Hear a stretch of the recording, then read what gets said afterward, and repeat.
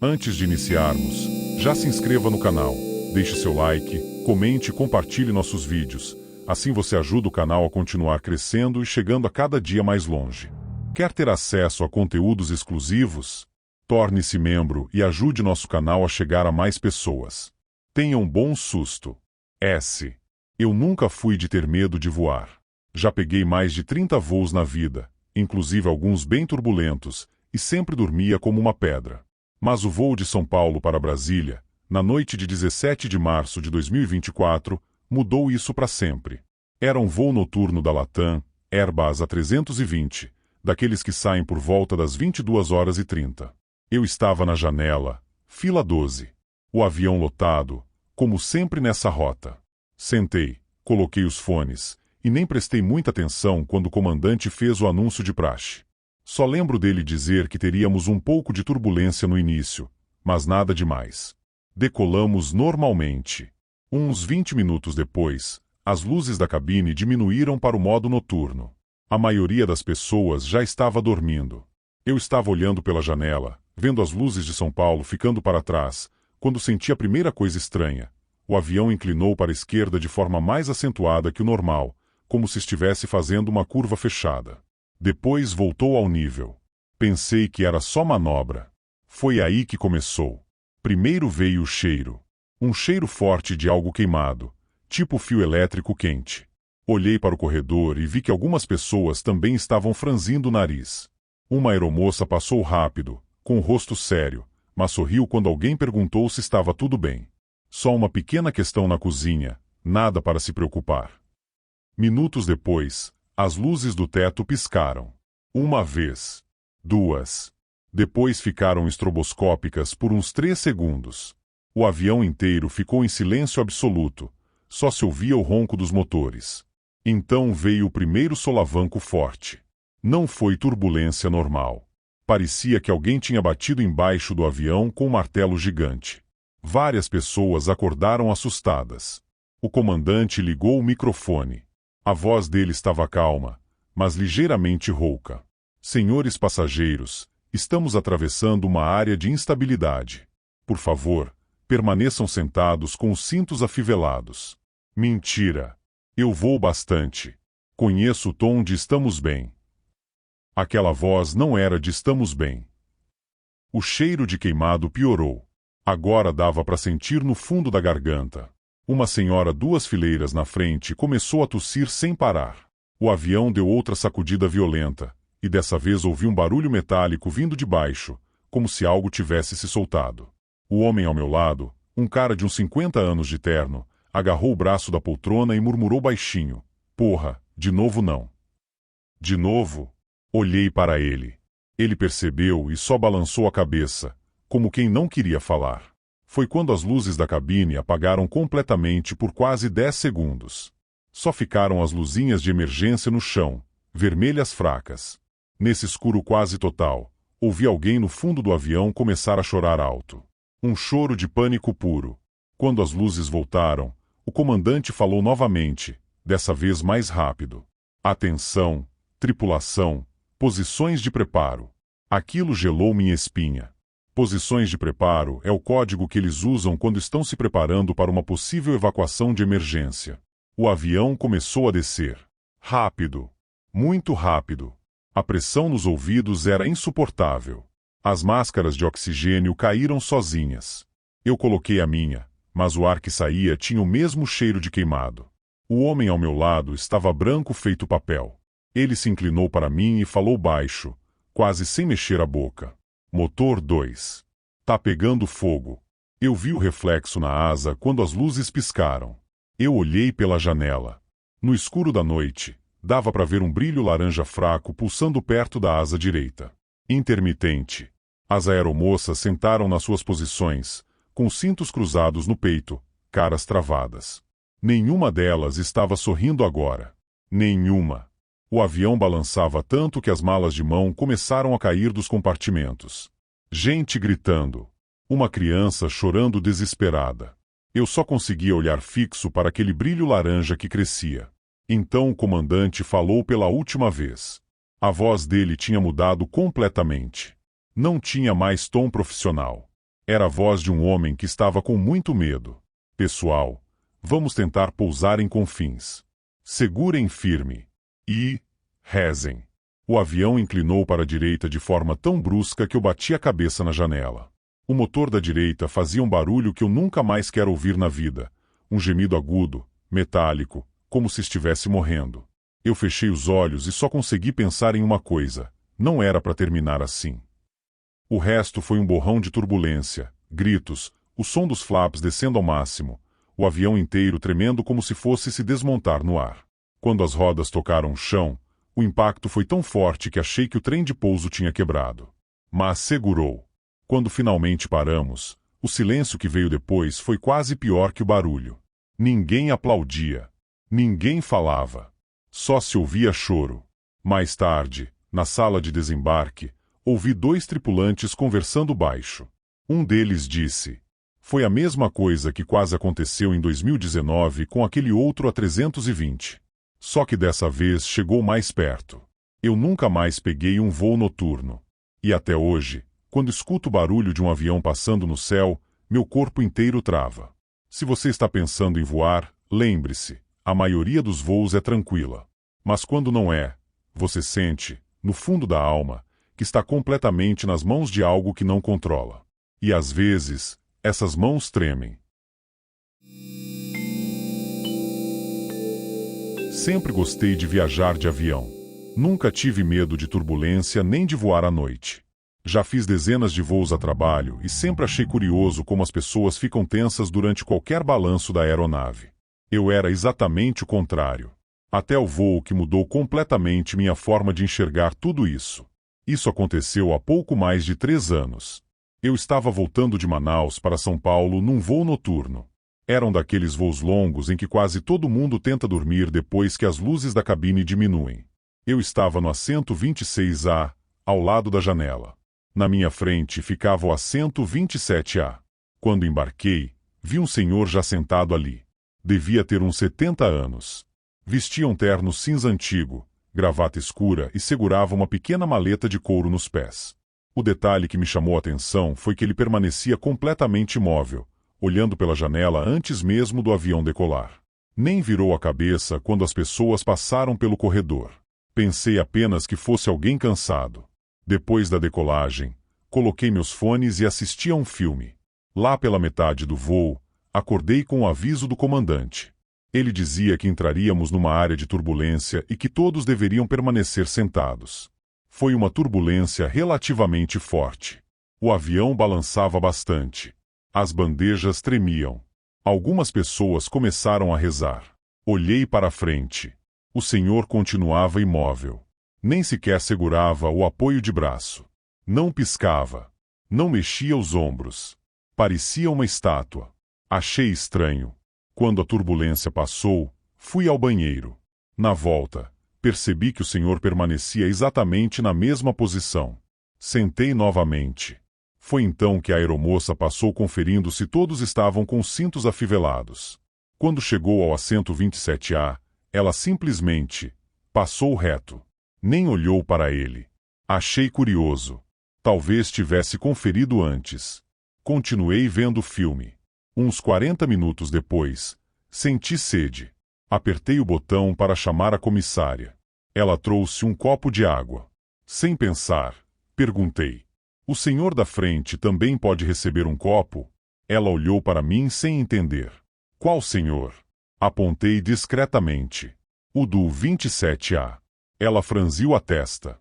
Olhou para o assento. Depois voltou os olhos para mim. "Senhor, esse assento está vazio desde o embarque." Sorri. Achei que fosse brincadeira. "Não. Ele está aí faz horas." Ela olhou novamente. Seu rosto perdeu a cor.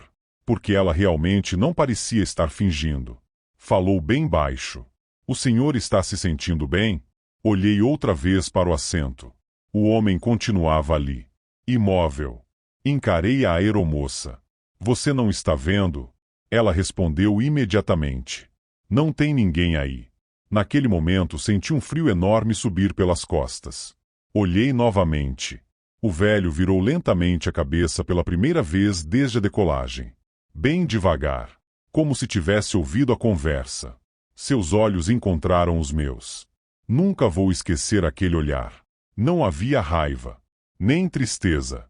Era um olhar completamente vazio, sem brilho, sem expressão, como alguém que apenas observava. A aeromoça perguntou se eu precisava de atendimento médico. Balancei a cabeça. Disse que devia estar cansado. Ela foi embora. Olhei novamente. O homem continuava olhando diretamente para mim, sem piscar, durante quase 20 minutos. Depois voltou a encarar a janela. Eu não consegui mais dormir. Quando anunciaram o início da descida, percebi outro detalhe. Todos começaram a levantar as persianas das janelas. Menos ele. A janela do 27A permaneceu fechada. Quando pousamos em Guarulhos, todos começaram a pegar as malas. Esperei sentado. Queria ver aquele homem sair. As pessoas do corredor foram andando. O senhor permaneceu imóvel.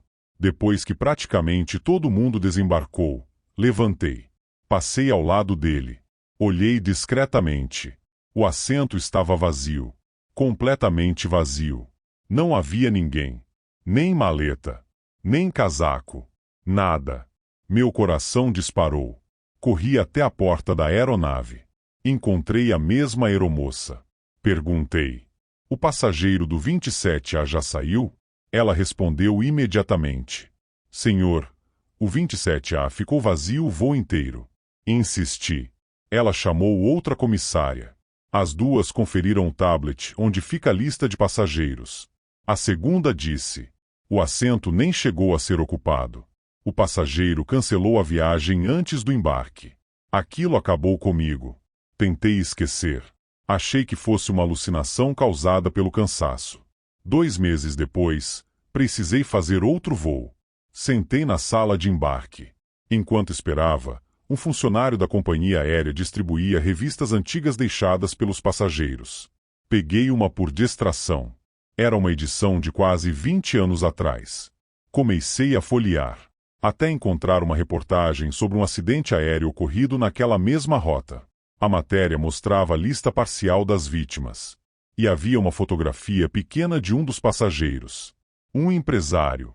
70 anos. Terno cinza. Gravata escura. Segurando uma maleta de couro. Fiquei sem respirar. Era exatamente o homem que ficou sentado no 27A durante todo o meu voo. Achei que fosse coincidência. Então li a legenda da foto. Registrada minutos antes do embarque para São Paulo. Olhei novamente para o rosto. Era impossível estar enganado. Os mesmos olhos. A mesma expressão. A mesma roupa. Dias depois, procurei informações sobre aquele acidente. Descobri algo que nunca contei para ninguém. Na lista oficial de embarque daquele voo antigo, o empresário ocupava justamente o assento 27A. Desde aquela viagem, nunca mais escolhi sentar próximo daquela fileira. Talvez seja apenas superstição. Talvez meu cérebro tenha criado tudo. Mas, sempre que embarco em um voo noturno, faço questão de verificar uma única coisa antes de guardar minha bagagem.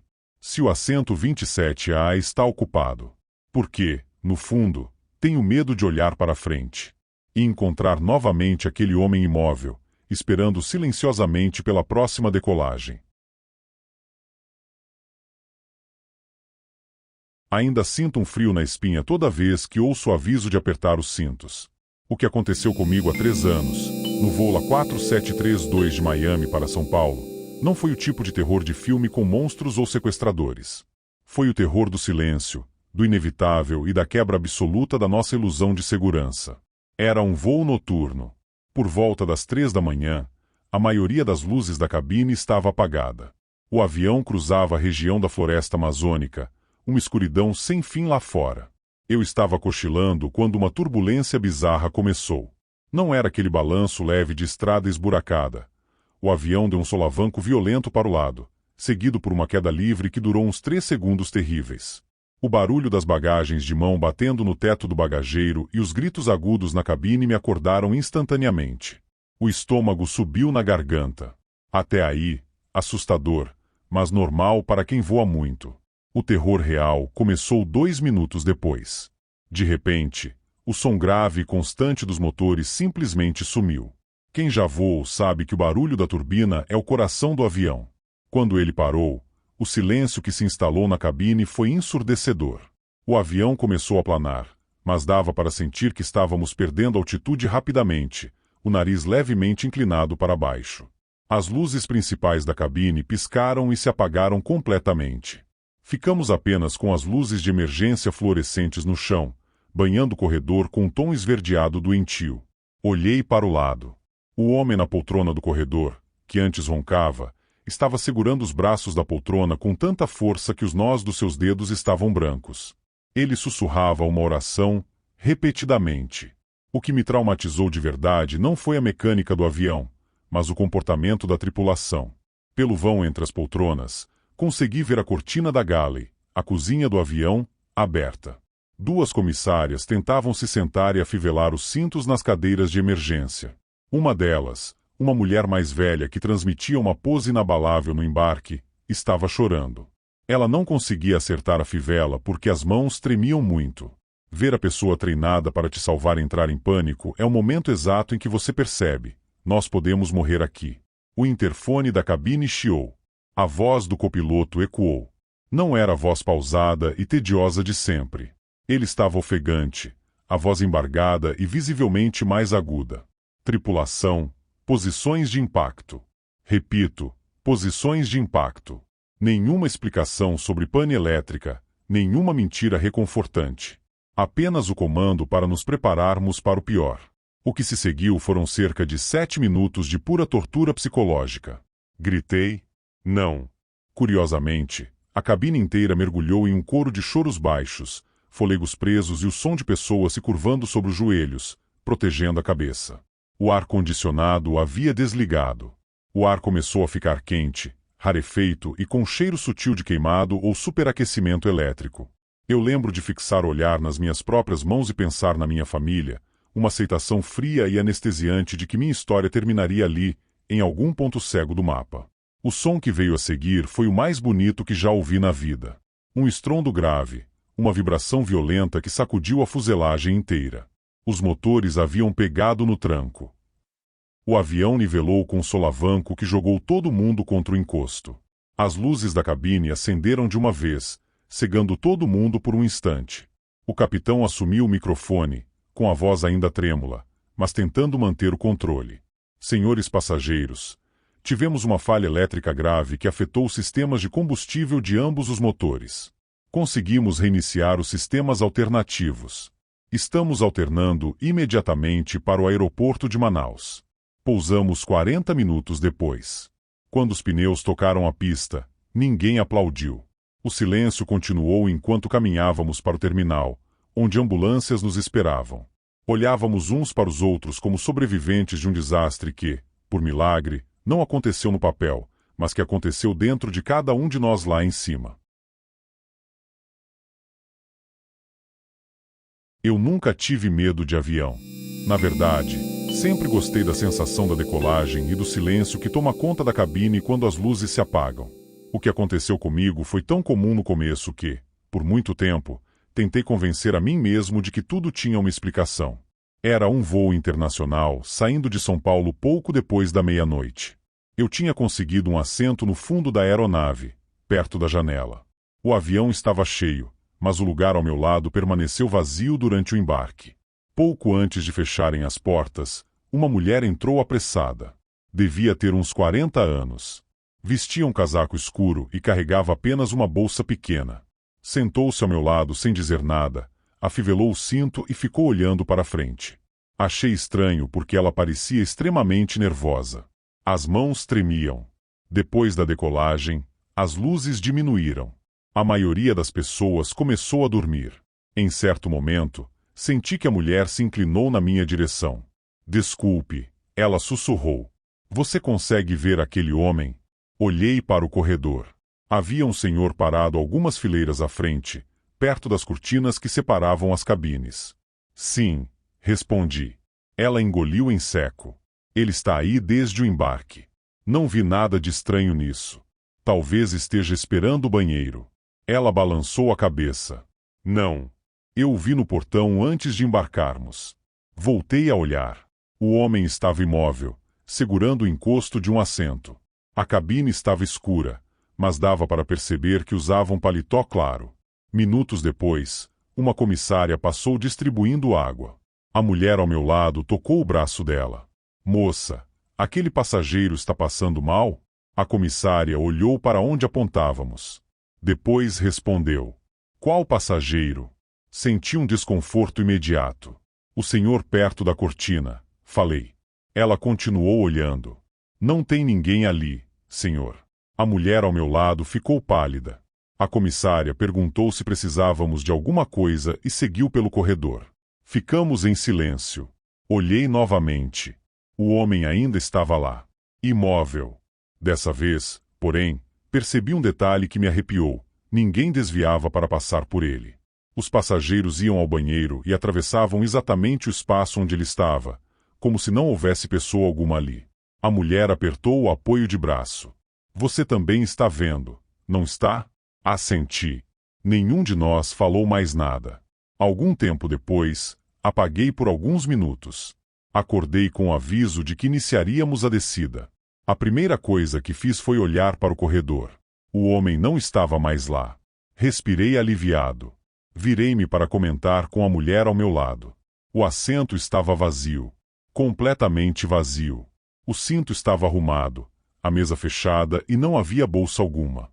Olhei em volta, confuso. Talvez ela tivesse ido ao banheiro. Mas os passageiros já estavam sentados para a aproximação final. Quando pousamos, esperei alguns minutos observando a saída. Todos desembarcaram. A mulher não apareceu. Antes de sair, perguntei à comissária. A passageira que estava ao meu lado já desceu? Ela consultou a lista rapidamente. Senhor, este assento ficou desocupado o voo inteiro. Senti o estômago gelar. Não ficou. Uma mulher sentou aqui antes da decolagem. A comissária franziu a testa. Tenho certeza de que não. Eu mesma conferi essa fileira várias vezes. Saí do avião tentando encontrar alguma explicação. No controle de imigração, ainda procurei a mulher entre as filas. Nada. Já no saguão, ouvi 2 funcionários da companhia conversando perto do balcão. Um deles dizia: impressionante. Faz exatamente 1 ano hoje. O outro respondeu: o voo em que aquela passageira passou mal antes do embarque. Meu coração acelerou. Aproximei-me e perguntei, fingindo curiosidade. O funcionário explicou que, 1 ano antes, uma mulher havia sofrido mal súbito no portão de embarque daquele mesmo voo e não chegou a entrar na aeronave. A companhia precisou retirar sua bagagem do porão antes da partida. Lembra o assento dela? Perguntou o outro. O primeiro consultou um papel. Claro. Era o 42B. Olhei para o meu cartão de embarque. Eu estava no 42A. E o assento ao meu lado, o 42B, constava como vazio desde o início da viagem. Até hoje ainda voo com frequência. Mas sempre que embarco de madrugada e encontro o assento ao meu lado desocupado, demoro alguns segundos antes de me acomodar. Porque, por mais que eu tente esquecer, ainda consigo ouvir aquela voz sussurrando ao meu ouvido no escuro da cabine. Você consegue ver aquele homem? Eu sempre achei que o medo de voar era coisa de gente dramática. Até pegar o voo LH456, Frankfurt para Rio de Janeiro, em julho de 2025. Era um Boeing 747-8, daqueles grandões de 2 andares. Eu estava no upper deck, fila 15, lado esquerdo. Voo noturno. Decolamos às 22h10. Os primeiros 5 horas foram perfeitos. Jantar, filme, até tirei um cochilo. Por volta das 3 horas da manhã, horário do avião, acordei com o comandante falando baixo no sistema de som. Senhoras e senhores, estamos entrando em uma área de instabilidade. Por favor, voltem aos seus assentos e afivelem os cintos. Não parecia grave. Turbulência é normal no Atlântico Sul. Mas o tom dele era cauteloso demais. Começou leve. Depois ficou forte. Depois virou o inferno. O avião não sacolejava. Ele caía. Quedas bruscas de dezenas de metros, como se o ar tivesse sumido embaixo da asa. As pessoas gritavam a cada buraco de ar. Uma senhora do outro lado do corredor começou a rezar alto em alemão. Eu segurava os braços da poltrona com tanta força que meus dedos ficaram brancos. Então as luzes principais apagaram. Só ficaram as luzes de emergência, fracas e amareladas. O avião inteiro gemeu, um barulho metálico profundo que parecia vir das estruturas. Foi quando ouvi o primeiro estalo. Alto. Como se algo tivesse rachado lá embaixo. Uma aeromoça que passava no corredor perdeu o equilíbrio e caiu de joelhos. Ela se levantou rápido, mas eu vi o medo no rosto dela. Não era medo de turbulência. Era outro tipo de medo. O comandante voltou a falar. A voz dele estava entrecortada. Atenção, passageiros. Estamos enfrentando severa turbulência. Por favor, permaneçam sentados. Vamos tentar altitude superior. Não conseguimos. O avião deu uma queda tão violenta que meu estômago subiu até a garganta. Várias máscaras de oxigênio caíram automaticamente. O meu assento rangeu como se fosse se soltar do chão. Foi nesse momento que eu olhei pela janela. Lá fora estava completamente preto. Sem lua, sem estrelas. Mas por alguns segundos, jurei ter visto luzes piscando abaixo de nós. Não eram luzes de cidade. Eram azuis e vermelhas, piscando em padrão, como as luzes de outro avião. Só que estávamos a mais de 11.000 metros de altitude, no meio do oceano. Pisquei. As luzes sumiram. A turbulência piorou. O avião inclinava de um lado para o outro como um barco em tempestade. Um comissário de bordo, um homem grande e experiente, passou por mim segurando nas poltronas e murmurou para outra aeromoça. Isso não é só tempo ruim. Tem alguma coisa errada com os sensores. O piloto automático está lutando. Eu não era para ter ouvido aquilo. Em determinado momento, o avião pareceu estabilizar por uns 30 segundos. O silêncio foi sinistro. Ninguém falava. Só se ouvia o choro abafado de algumas pessoas e o barulho constante do vento batendo na fuselagem. Foi aí que o homem na poltrona da frente, um senhor de uns 60 anos, virou o rosto para mim. Ele estava pálido, suando frio. Olhou direto nos meus olhos e disse, quase sem voz: "Eles não querem que a gente chegue." Eu gelei. Não respondi. Ele virou para a frente de novo e não falou mais nada durante o resto do voo. Quase 2 horas de turbulência sem parar. 2 horas. O comandante só voltou a falar quando já estávamos perto da costa brasileira. Vamos prosseguir para o rio. Agradecemos a paciência. Foi um voo difícil. Quando as rodas tocaram o chão no galeão, o avião inteiro explodiu em aplausos. Eu não bati palma. Só encostei a testa na janela fria e fechei os olhos. Dias depois, procurei notícias sobre aquele voo. Encontrei só uma nota curta. Voo Lufthansa LH456 enfrentou severa turbulência sobre o Atlântico, sem feridos. Nada sobre falhas nos sensores. Nada sobre as luzes estranhas. Nada sobre o que o homem me disse. Até hoje, quando pego um voo longo, eu sento na janela e fico olhando para o escuro lá embaixo. E penso a mesma coisa que pensei naquela noite. Tem coisas no céu que a gente não entende. E às vezes, elas percebem que a gente está passando.